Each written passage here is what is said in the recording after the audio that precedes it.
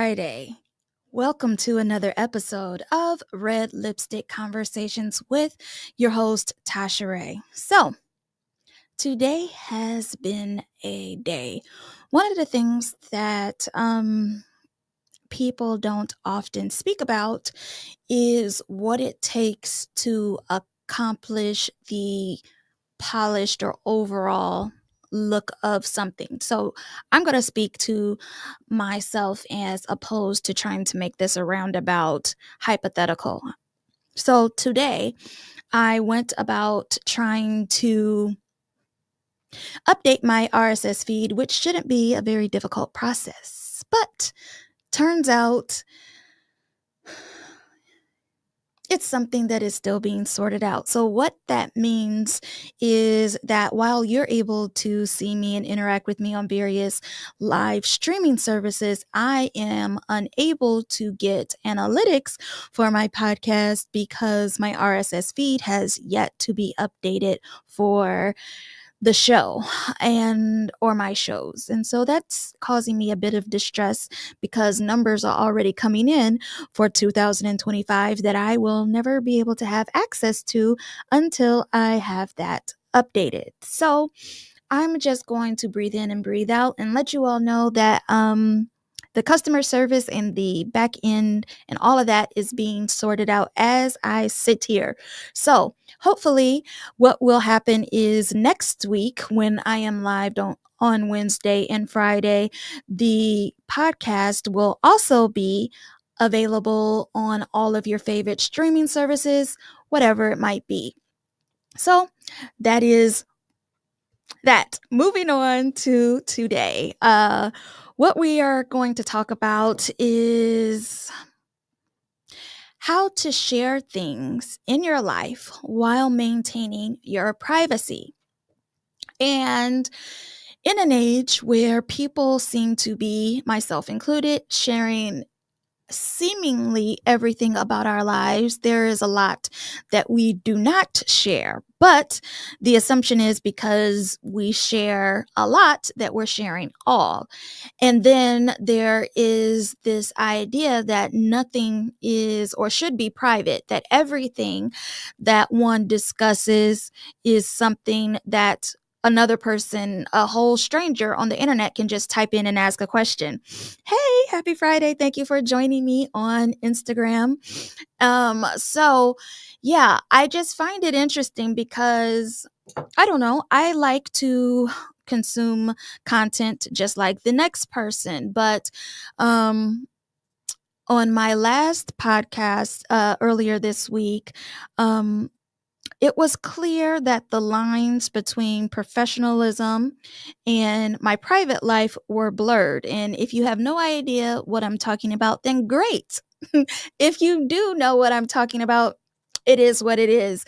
What I am saying is that some people don't have the maturity to be able to navigate disappointment in terms of romantic entanglements.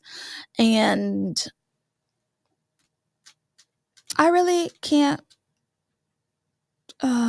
express the level of just disappointment to know that at my big age, that this is even a topic that I would have to address. But I want to take the time out to apologize to any of you all who witnessed said exchange on the internet on last week or this week.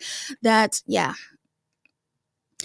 I can't control what other people do. I can only show up and be my best self. And so with that, I am going to continue pushing forward with today's topic. So, what I am trying to get to the bottom of in this episode is the difference between correlation versus causation. And so, correlation, if you didn't know, is defined as a statistical measurement that describes the relationship between two or more variables. It can be used to describe the strength and direction of a relationship. So that again was how you are describing correlation. Now, causation. Causation, on the other hand, something has to happen to cause something. Thank you so much, cousin. Yes, no regrets. And so when you are talking about causation and correlation as it pertains to your privacy, you might feel like, well, where do you draw the line? And I've been listening to various different commentators, content creators, and influencers discuss this topic. And from what I understand, it seems like there is no one size fits all answer. Because while I might feel comfortable discussing my weight and or measurements, another woman might find that topic to be extremely private or triggering for whatever the reason might be. So I guess I think it's important for us to try to find our own lane and our level of disclosure when it comes to social media. I feel like the reason why I share as much as I do on social media is because I want you all, my village, the audience, to have a backseat view on the realities of solo parenting, the realities of entrepreneurship, the realities of being an independent podcast host. To some, it might seem, well, none of those things seem all that difficult. And difficulty isn't really the focus here. What I am trying to express is I feel like if you just always see me like this, but you never see me with my hat on, or you never see me without my lipstick, or you never see me the day before I get my hair done, or whatever the case may be, then you have this misaligned perception of my life. And I'm just trying to do my very best to be my authentic self, no matter where I am. Now, just because I have chosen to be authentic and transparent doesn't mean that everything that I experience is something that I'm going to share, or something that I feel like would even be a service to you all, my audience, and, social media community. And so I share for the purposes of letting people understand that they are not alone, and that whatever it is that they are trying to do, that you can push through the difficulty. Yes, we all have varying levels of difficulty, but I want to make sure that, because the internet can really make it seem like it's from this to that, in that, let's say right now you see me here, and then let's say I got signed by someone, and then the next week you see me in a whole studio where my branding is everywhere and I'm sitting on a comfy couch and everything like that. If I don't explain that, you may just think, oh, well, it just happened just like that, as if it were magic. But I want you all to understand and be on the journey with me, so that when I do transition in various different ways in my life and in my journey, you're able to understand it and walk along that journey with me. Thank you so much for taking the time to join, April. Happy Friday. So yes, today, like I said, it began, it was challenging. But then when I look at it in the grand scheme of things, for example, I want to take a moment to acknowledge what's going on in LA with the fires. My heart goes out to each and every person and family that is affected by that. To lose everything this early in the year, well, no matter when, but especially at the beginning of the year, I can't imagine, especially people that have small children, and trying to explain to your child, why things are the way they are. So I just want to make sure that you um, know that we here in New York, we can't say that we fully feel your pain, but we are saying that, we are affected, and we're not just going on as business as usual.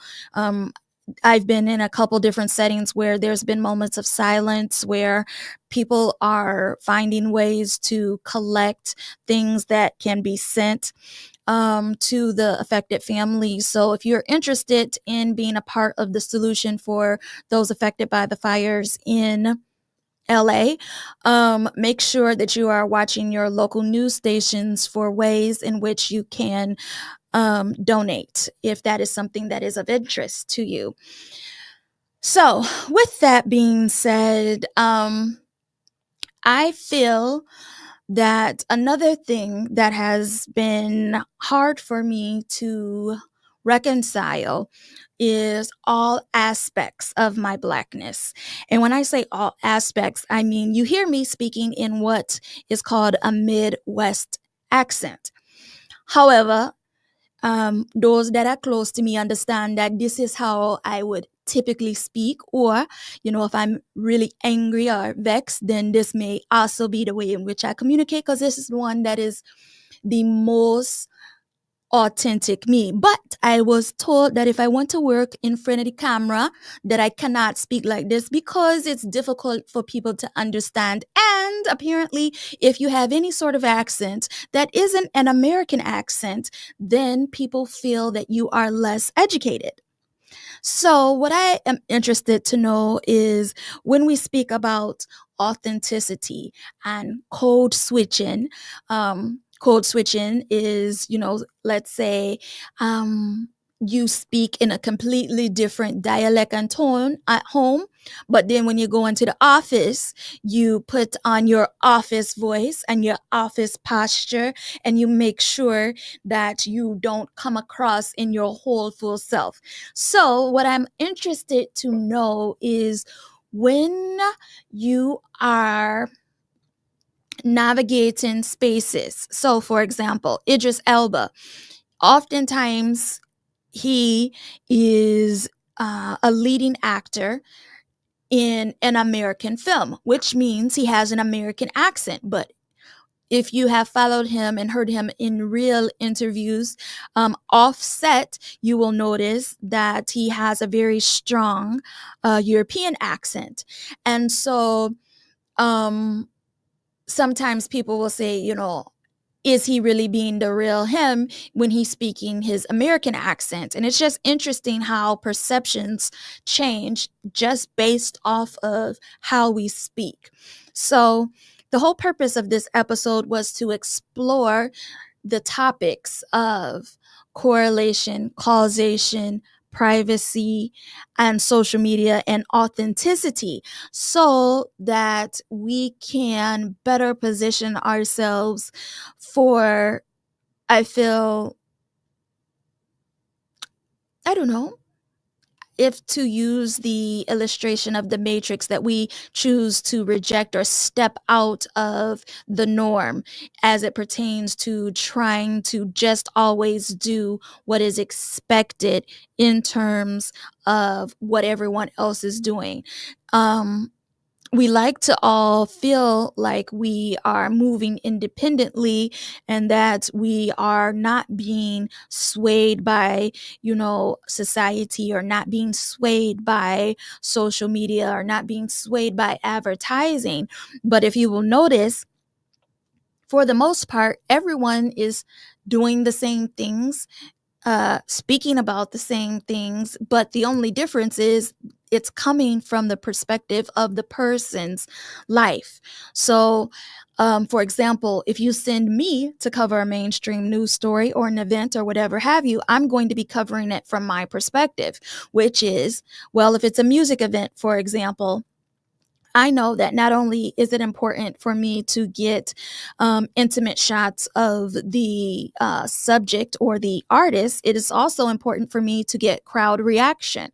So, because I need to be able to get both vocal points, I'll need to position myself from a certain angle. So, I'm saying all of this to say that everyone, when they experience whatever they're experiencing it from their lived perspective or their lived experience. And to say, I mean, I would like to say that at this point in our lives that we are not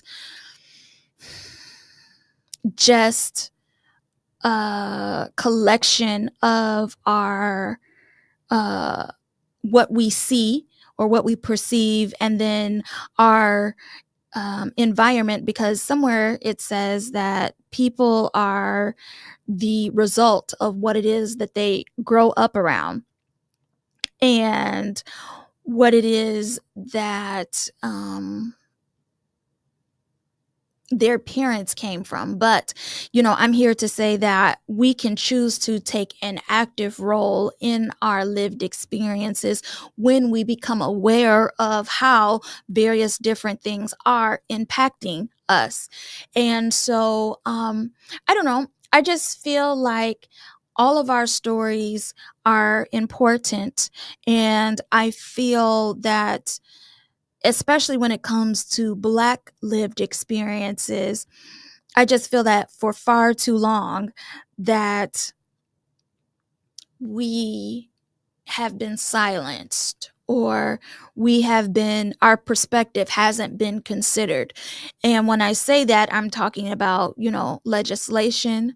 I'm talking about just in general with how society is. It's almost as if people I was just watching something on the news the other day, and they were talking about why is slavery even a part of the conversation, or why is slavery something that needs to be taught in schools when it happened however long ago that it happened. And for people that are people of color, it's obvious, I would think, to us why it's important, but apparently to other people it isn't obvious. So what I am saying is that our experience, I feel that as someone that has a platform, that it's my role to amplify the experiences and or provide opportunities for people to come and sit at this desk right here and to share their stories, or for them to share them with me online, and then I can share it with you all when I am here in studio. But I want to share some of the topics and or talking points that someone in my village sent to me. So we are going to move on to the dark side of post breakup. So a person writes, I shouldn't have to leave you for you to understand that I mean what I say. She goes on to say, the window of opportunity has closed. And as the man, you're supposed to be impressing me, not stressing me.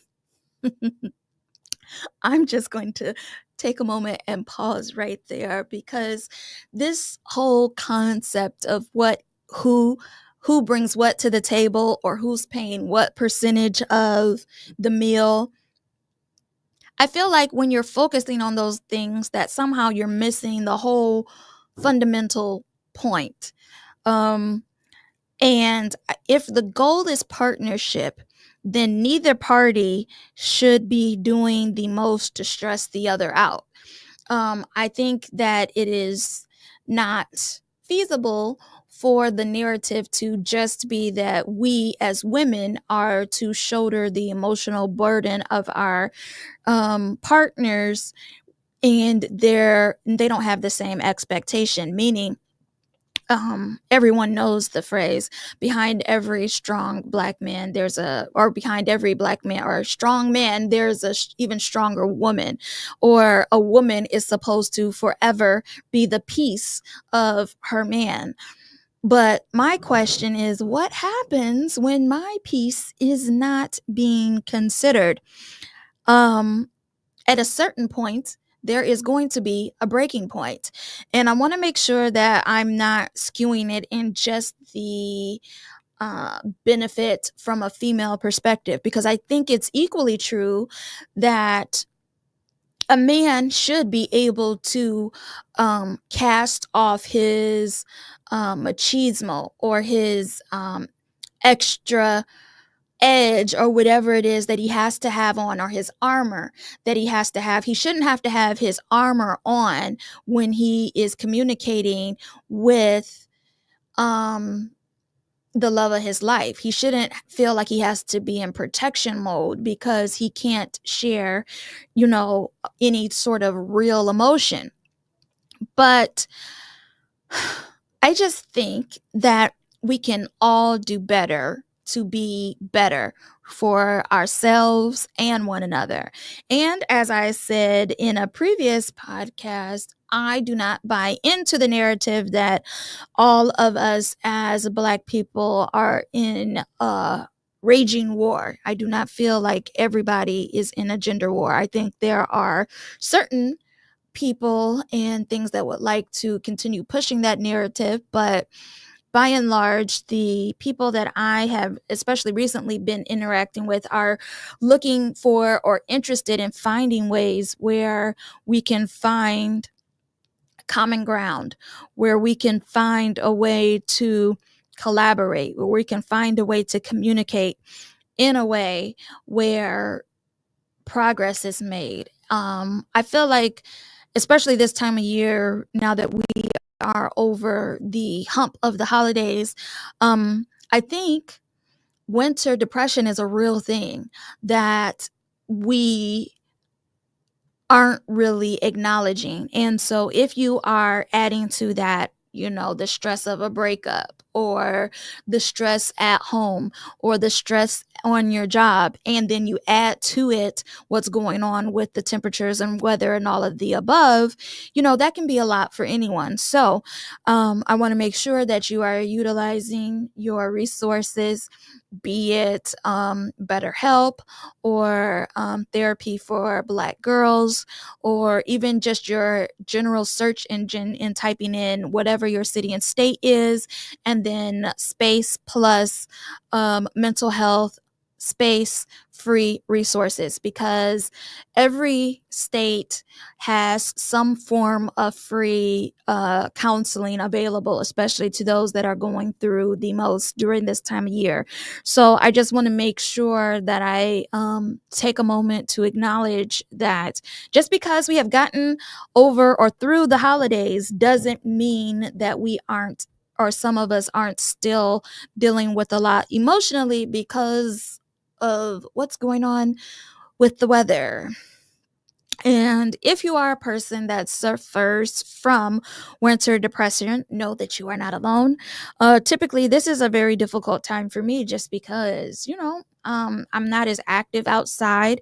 There's not as much to do. And I don't know, I just truly feel different during this time of year emotionally. And so, since I know that, I have been attempting to, and sometimes failing to, do things to snap me out of it, whether it is to listen to a favorite song, or whether it is to do a silly dance, or whatever it is. I am trying to not let myself fall into my same patterns that have found myself in recent or past years, because I'm trying to evolve, trying to be better, and not to just be better for the sake of being better. I'm trying not to emotionally wound my child, and I don't know, I guess self-awareness is a part of it, because being that I know that I find this time of year to be heavy, um I know that everybody might not feel comfortable speaking about this topic, but again, I just want you to know that you're not alone. And I have not found a solution, or that a one size fits all, because some days I wake up and I just don't feel like doing any of it, but I know that I have to. And so, yeah, if you find yourself feeling everything but happy, do something to snap yourself out of it. Call a friend, tell somebody, so that you don't continue to spiral, because isolation and depression is a recipe for nothing positive. But going back to the one who shared her perspective on a recent breakup, I want to encourage you by just saying we all go through it, myself included. And I feel like on the one hand, I'm getting better at managing my emotions um as it pertains to relationships. But if I'm honest, speaking from the heart and as truly as I possibly can, um I know that the depth and the level to which I feel is predicated on things outside of a title. So, some people, for example, wait to be called girlfriend or somebody's lady or somebody's better half. But just because you have that title doesn't mean or change anything unless your mindset shifts, at least from my perspective or in my life. So for me, and most women I have found, regardless to if a man has decided to claim us or not as his own, women will start to self isolate. Or there is a generation that will. I wouldn't say that everybody fits this narrative, but by and large, if a woman, let's say she was speaking to 3 or 4 men or dating 3 or 4 men, I didn't say sleeping with 3 to 4 men. I said dating, going to outings, getting to know people. Anyway, let's say she's doing that. But then let's say of the three, one of them starts to capture her attention more than the others. So she might have taken calls from all four throughout the day or throughout the evening. But now that is starting to develop stronger feelings for one of the four, then she will stop speaking to the others so that she can then focus her energies on the one. Now, some women and some men are better than this than others, but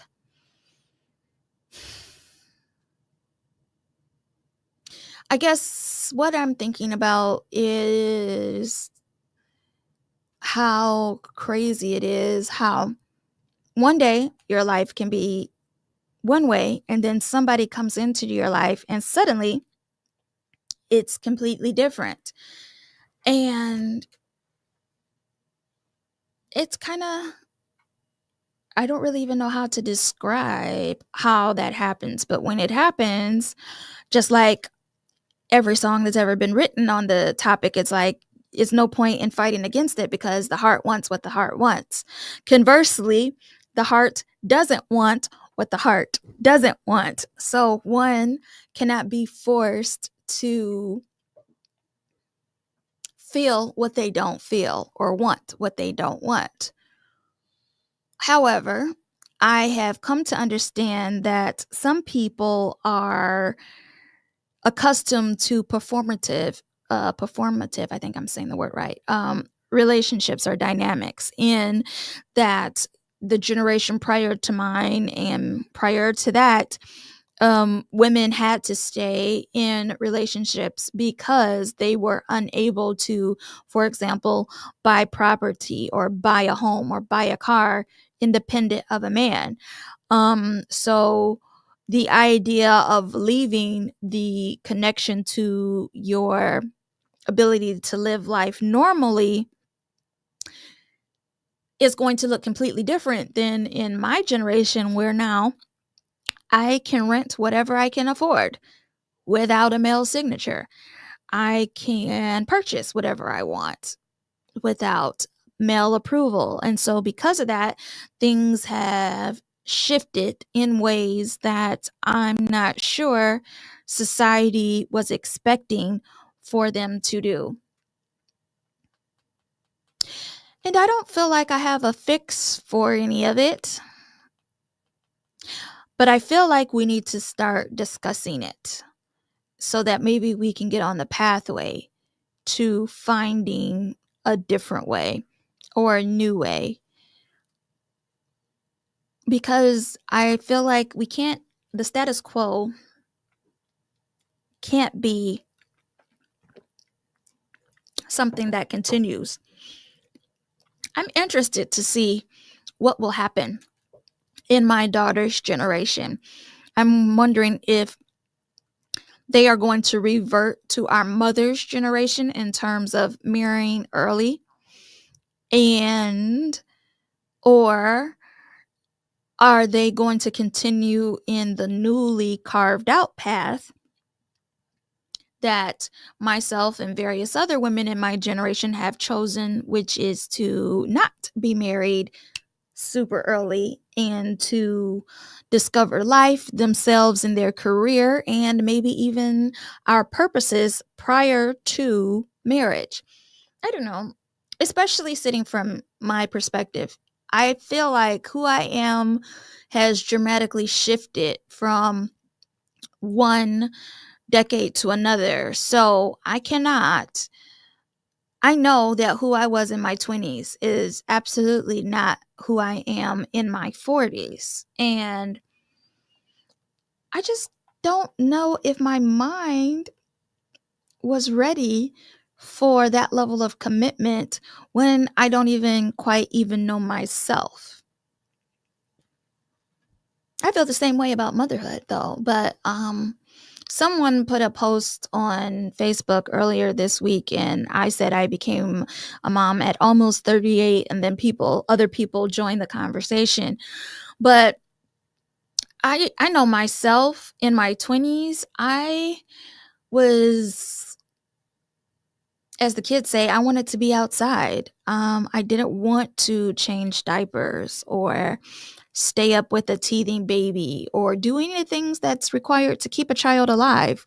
So, hats off to you all who found a way to navigate who you were as a woman and also navigate motherhood simultaneously, because I feel it's taking all of my lived experience to parent my child. I can't imagine myself with my child at any place before now, because there are some days when I'm not even sure I'm equipped to manage all of the questions and thoughts that my daughter has. So I try to tell myself that, just like I was talking about earlier this week on the podcast, um, perfection isn't the goal, presence is the goal, as opposed to feeling like I have to be everything as a mother. I want to be everything that my daughter needs me to be, but it's an unrealistic expectation to try to be a perfect mom. I'm not even sure what a perfect mom is, but I just want my daughter to know that I'm there for her and I'll always be there for her. So, um somewhere I read that being present is half the battle, and I am still uncovering what the other half is, but I at least got the present part down. So, I'm interested to know, those of you all who are watching online, wherever you might be, um, how are you finding ways to navigate your brand authenticity?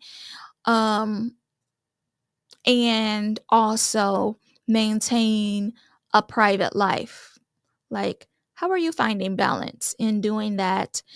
And once you found that balance, those of you who have, how did you maintain it? Or how did the boundary that you set, for example, Kerry Washington, for example, she is notorious for not speaking about her children or her marriage.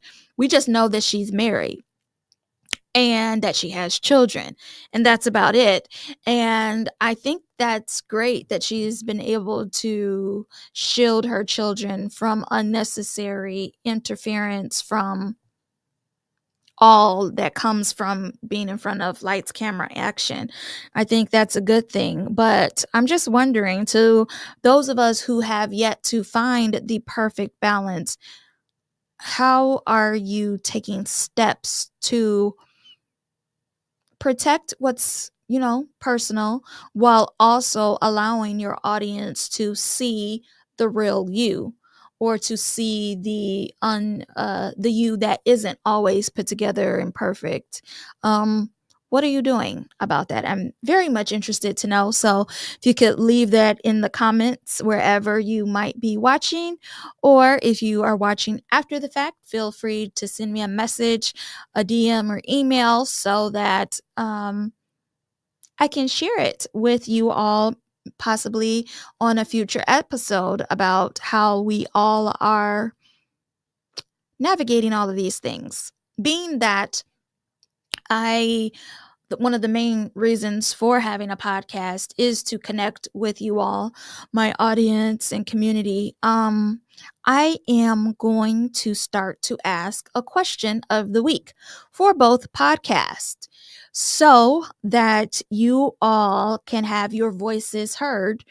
And yeah, I'll be taking questions as it pertains to the topics that we are exploring. And if you have another topic that you would like to see explored on the podcast on either of my platforms, feel free to let me know, because again, I wouldn't be here without your support. And I'm just so thankful for each and every one of you that takes time out to support me.